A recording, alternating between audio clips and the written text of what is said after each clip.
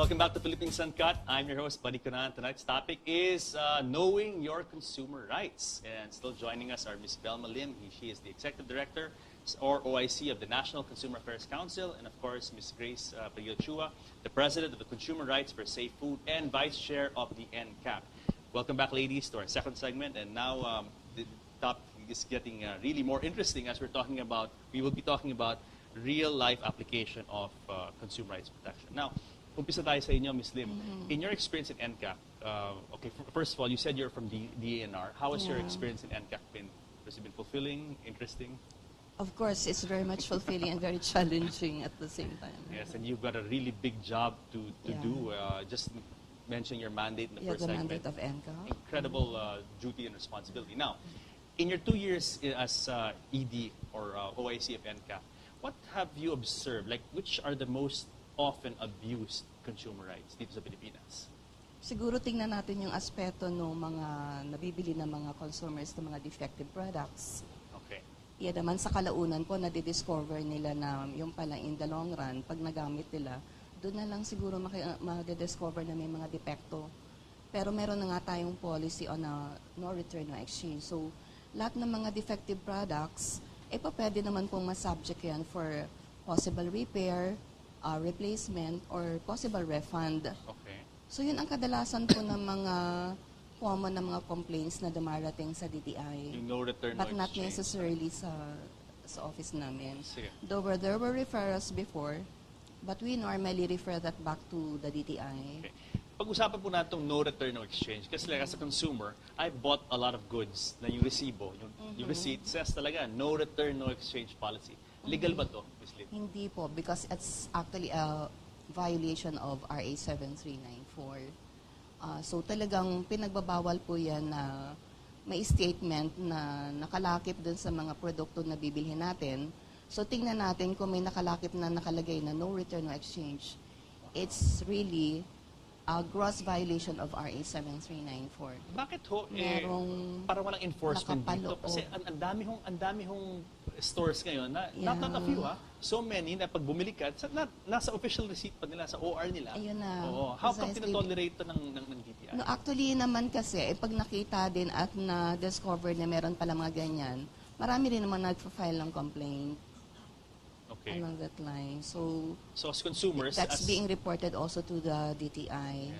And as consumers, if you really want to help the situation, as Gigi nga said, meron na tayong responsibility to report. No? Yeah. And ito, hawak ko nga ang official DTI. Ito so alam natin na hindi haka-haka to. Talagang illegal itong no return, no exchange policy ng maraming mga tindahan. So hawak ko nga itong official brochure from the DTI, and it says, in the back, it says, consumer is king. Yes. So very nice, very nice. And in front, we have, it says bold, in bold letters, question, no return, no exchange, no way.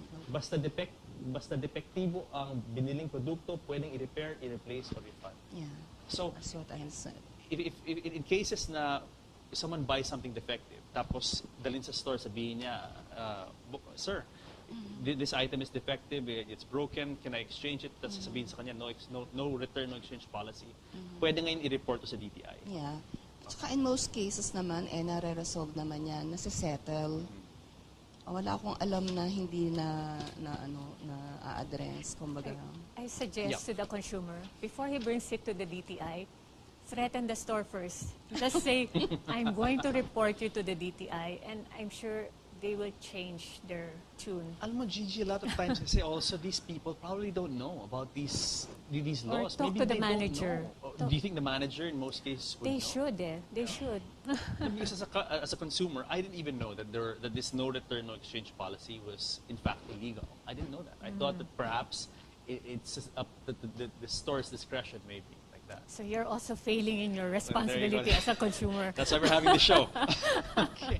Now, there's another case here. It says no repair, no replacement, or refund. So maybe you can explain to us what exactly. Okay, repair, replacement, and refund. What it entails, basically. Yeah, that's with a warranty. Yeah. No, so this is similar to your case with the battery. Yeah. So it says here, basta may resibo o warranty. In that case kasi, yung battery, they were asking me for both. I only had the warranty. It was saying, no, kailangan may resibo rin. Oo.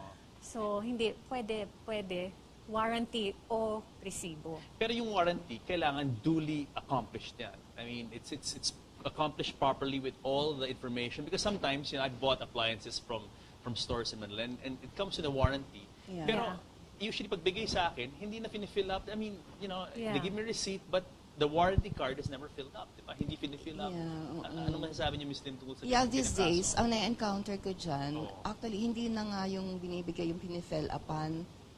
Actually, it's the official receipt itself that would serve Yun as nga. the warranty. Oo. Yun. So, parang medyo, like, kung ikaw medyo hindi ka ganun ka-clever, and you're not aware na we are covered by the policy on no return, no exchange, malamang na hindi mo pag-ingatan yung iyong resibo. And that would serve as an evidence or proof that you have bought something else. Yes. So how can you return back if you don't have the receipt? Yung problema kasi ng resibo, usually it's a paper thing. Yun It's na. very Yes. easy to throw away, very Yeah. easy. Unlike a warranty card, Yes. which is an actual card, no? Parang cardboard siya or very thick paper. Yeah. That people usually tend to Before keep it used to be that way, Oo. yung hard Oo. Tsaka, another thing, yung resibo, it fades. Yes. Diba? After a Yes. few weeks, it Yes. fades. Then you need it, and what's At this? times, hindi A pa blank. legible ang presyo. Especially yung thermal paper na ginagamit Yes, ng ibang, yes. through, as you said, over time, it actually fades. Pero, so, what would your recommendation be?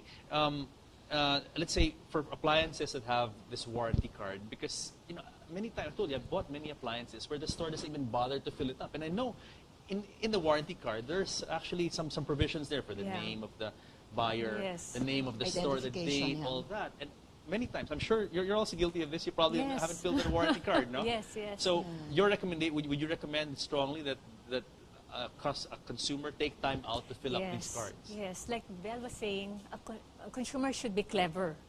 Okay, so when you buy something, especially kung appliances, medyo mahal yan, no? Make sure that your warranty card is given to you. If there's something that has to be filled out, it's filled out well. And also sometimes yung receipt, no? I've fallen victim to this. I asked for receipts only to find out that what they gave me is a delivery receipt, or it's not an official receipt. Yeah. It's a delivery receipt. It's not an or invoice receipt or something like official that, receipt. no? So You're talking about a store. When you go to a store, you buy Yeah. something, they give you a... it looks like a receipt, but when you look at it, like there's no TIN number. It's a delivery receipt. It's not an official receipt in Oo. itself. So- Issued by the BIR at times. So if it's an official receipt, what should consumers look out for, Ms. Lim?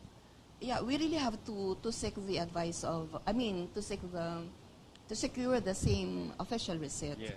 But usually there are telltale Otherwise- signs that it is an OR. And you Yeah. said it has to have a TIN number. Yes. Yeah.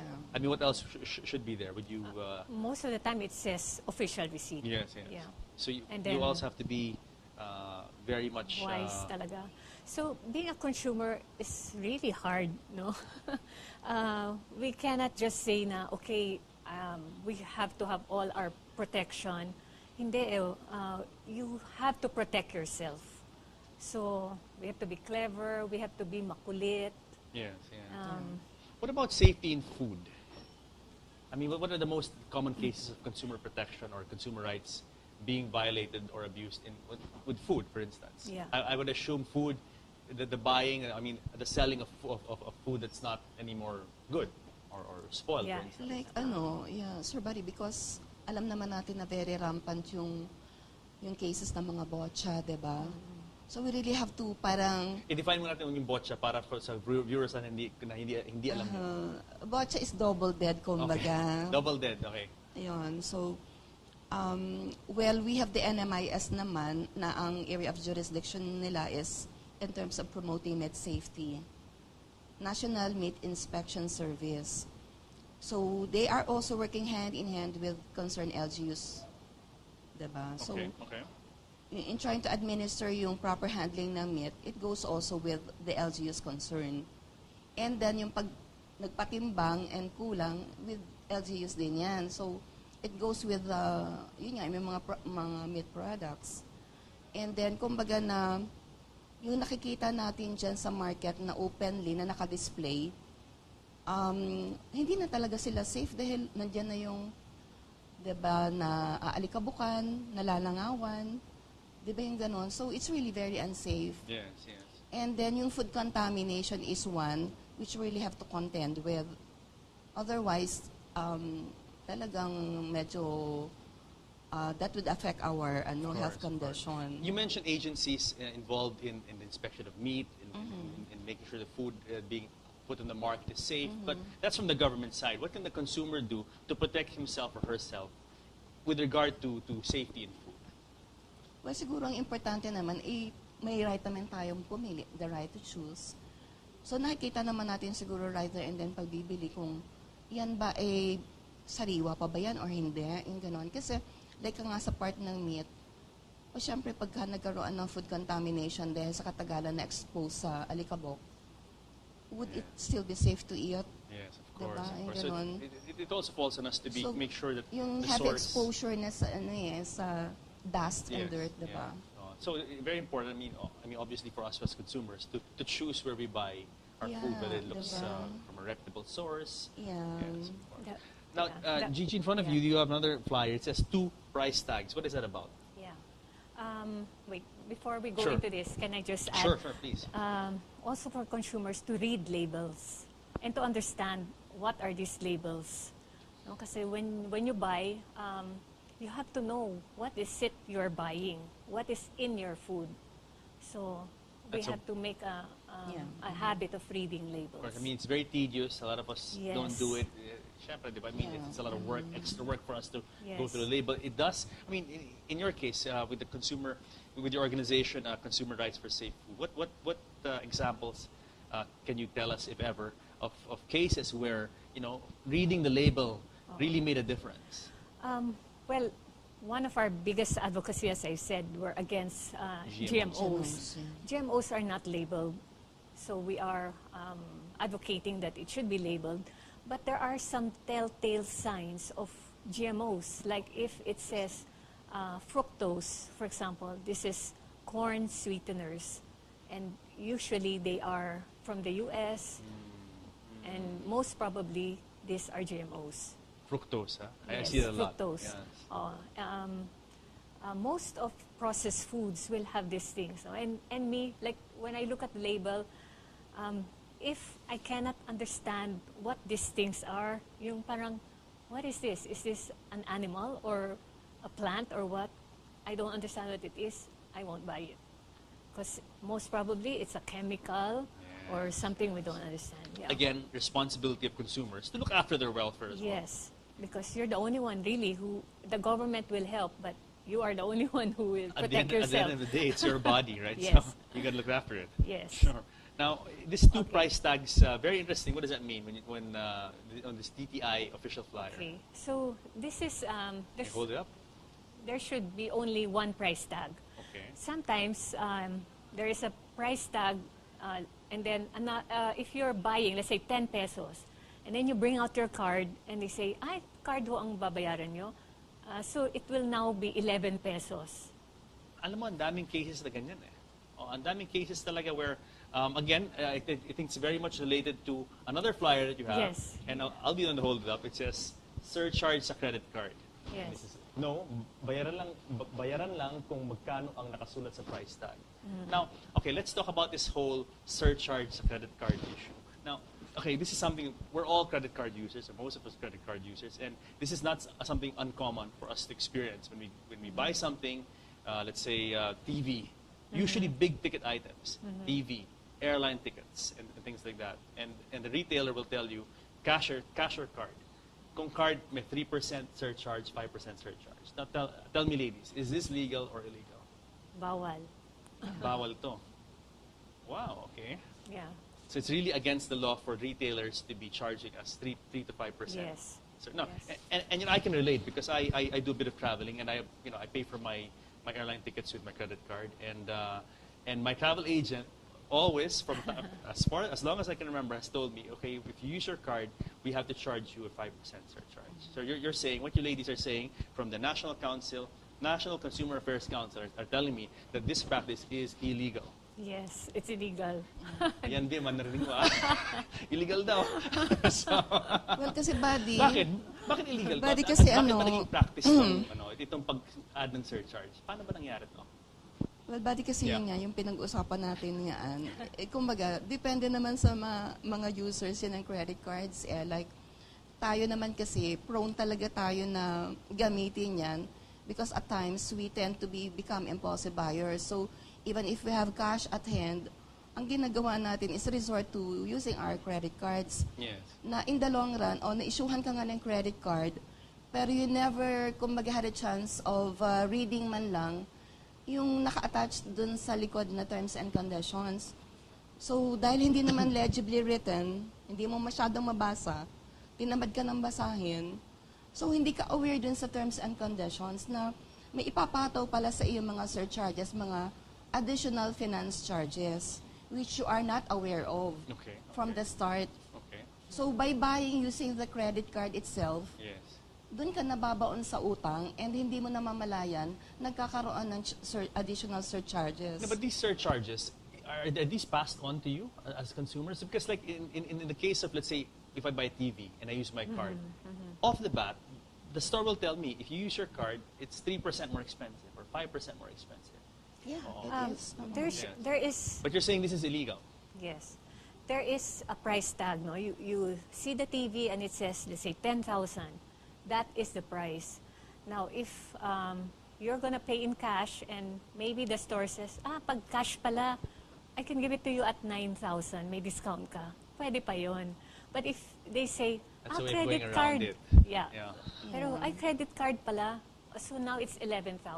Or Bawal yun. plus 5%, no, like Yeah, that. bawal yun. Okay. Okay. But okay, as I Kasi mentioned. mga credit card issuers actually, di ba Yeah. minsan, like halimbawa using yung ating mga Visa cards, may mga tie-up sila mga banks eh. So in the end, ano ba yung ina-expect natin? Mas mababa ba using yung ating credit cards? Hindi eh. Lalo tayo nababaon sa malaking gastos Yes. dahil yung interest rate, Yes. doon tayo dapat maging ganong clever. Yes. We have to take careful steps in parang, kasi minsan, ang isang tao na lang, na pagka ako'y nag-grocery, nakikita ko, wow, pag open ng wallet, ang daming credit cards, my God. Okay na yung isa, pero yun nga, ang tendency mo nga nun is, lumakas ang loob mo na gamitin. Yes, of course. And in the end, you'll be hooked by having some kind of, eto na pala, grabe na pala yung aking babayaran. Diba? Mag-end up ka sa talagang ikaw yung parang na-entrap sa Yeah. situation na by using siguro yung cash on hand mo, napapalagay ka sa lagay ka sa alanganin, yung gano'n. Yeah. Now, okay, so very interesting this thing about the credit card. So what you're saying is for our consumers, if they buy something and in the store in the retailer says 3% more if you use your card, this is illegal. Illegal, So they yeah. can report them to the DTI. Yes. No, kasi yung minsan, marami kami nare-receive na, Oh. which we are referring to also sa Bangko Sentral ng Pilipinas. Okay. Because we have the provisions under the law which covers yung laws governing credit transactions which goes within the mandate ng Bangko Sentral. So, yung mga nagpapato ng mga exorbitant na mga fees, nare-refer sa kanila, and in the end, yun nga, pag ni-refer halimbawa sa HSBC, yun, nabibigyan din naman nila ng halaga yung complaint dahil kumbaga na, here we are na, hindi naman namin nagagamit yung card. Diba minsan may annual fee pa na sinasabi na hindi ka naman nag-apply pero inisyuhan ka ng card. Yeah. Tapos, you remain silent about it. Hindi mo inireport sa credit card issuer na I'm not interested to make use of the same card. Tapos in the end, kung halimbawa, yun nga, may danger din halimbawa, hindi mo ginamit, saan mo inilagay yung credit card na in-issue sa'yo? Nawala, naibitang mo, may nakakuhang iba. And then, nag-land sa ibang tao, nagamit yung same credit card na hindi ka naman interesadong gamitin. So, kumbaga, yun nga, ang advantage nga lang yung using our cash instead of using yung credit cards. Depende yun sa presyo yung bibilhin mong product. Of course, of course. Minsan, kahit mababa lang ang presyo, mura lang, dahil nga hawak mo yung credit card, kung ang preference mo, gamitin mo Of niya. course, Dahil kasi to pag hold on to your hinayangan mo cash. yung, yung gano'n. Yung talaga mentality. I'm Yeah. guilty as charged, guilty as charged. Lahat na lang ikinakargo mo sa credit card. Now, finally, before we go, maybe you want to show something, Gigi? No, I just wanted to ask Sure. to add yung two price tags. Yeah. Sometimes kasi you see the same thing tapos let's say you're buying two and then one is worth 1 peso, one is 150. Nagkamali pala yung store in tagging. And then when you go to the counter, they say, 150 ho, pareho yan. The law says, kung ano yung mas mababa, that's what you're gonna pay. Really? So even Yeah. if it's, if it's their fault, they made a Yes. mistake in Yeah. tagging, Yes. and you brought it to the counter, Yes. and you can actually say that you should pay for the one that's Yes, lower. yes. No, Yeah. okay, what if they tell you, okay, nagkamali, palitan lang natin yung tag. Ay, hindi. Correct Because natin. Nandun naman na sa nakatag till. na eh, oo. Basta nakatag na, even the sticker tag. Yes. Yeah, what should be followed should be what is stated in the tag. So they can't say, I'm sorry ma'am, nagkamali, kukuha kami dun sa counter ng That's against the Magbago. Kung nasa, if you're at the counter and you have an item and it's mistagged, Yes. they are duty bound by law Yes. to sell you that product at that price. Yes. Wow, I didn't know that. About that.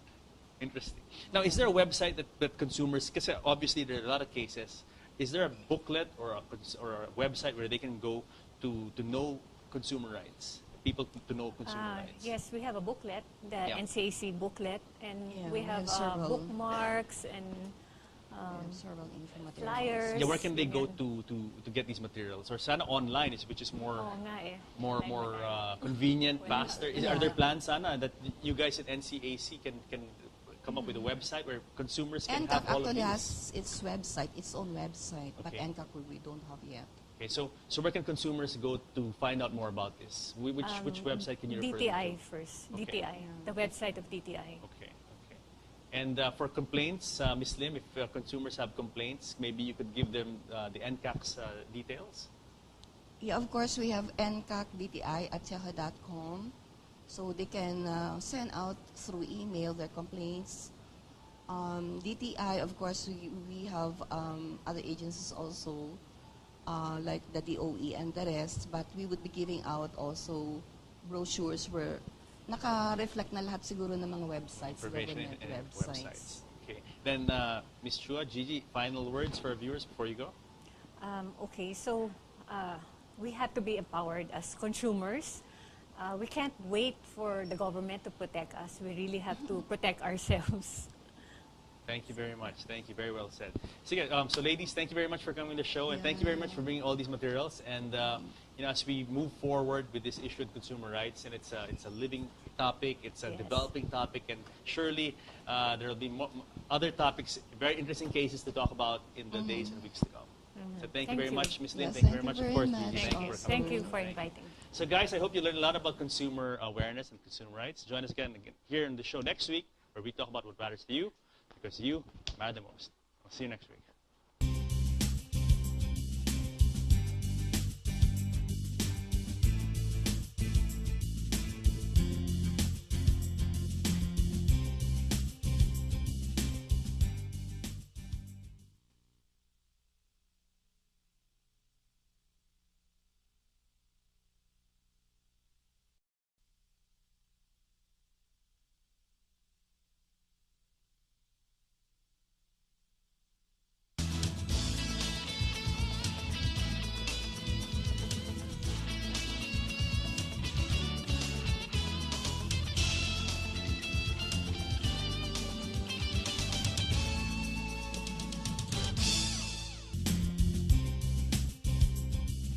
Welcome back to Philippines Uncut. I'm your host, Buddy Kunan. Tonight's topic is knowing your consumer rights. And still joining us are Ms. Belma Lim. She is the Executive Director or OIC of the National Consumer Affairs Council. And of course, Ms. Grace Chua, the President of the Consumer Rights for Safe Food. A few, so many na pag bumili ka, nasa official receipt pa nila, sa OR nila. Ayun na. Oo. How come Precisely. tinotolerate ito ng DTI? No, actually naman kasi, pag nakita din at na-discover na meron pala mga ganyan, marami rin naman nagpa-file ng complaint Okay. along that line. So, So as consumers, that's being reported also to the DTI. Yes.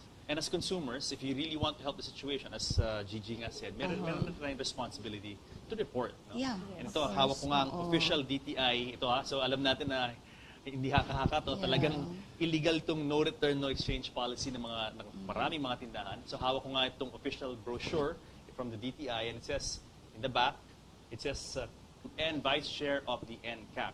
Welcome back, ladies, to our second segment. And now the topic is getting really more interesting as we will be talking about real-life application of consumer rights protection. Now, umpisa tayo sa inyo, Ms. Lim.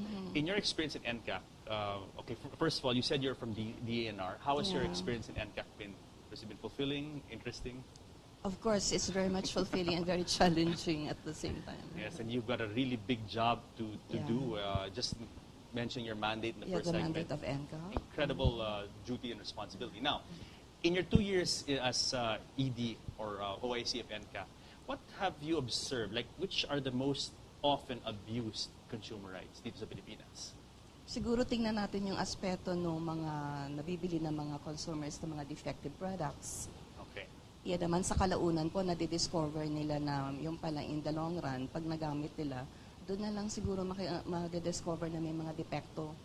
Pero meron na nga tayong policy on no return, no exchange. So, lahat ng mga defective products, pwede naman pong masubject yan for possible repair, replacement, or possible refund. Okay.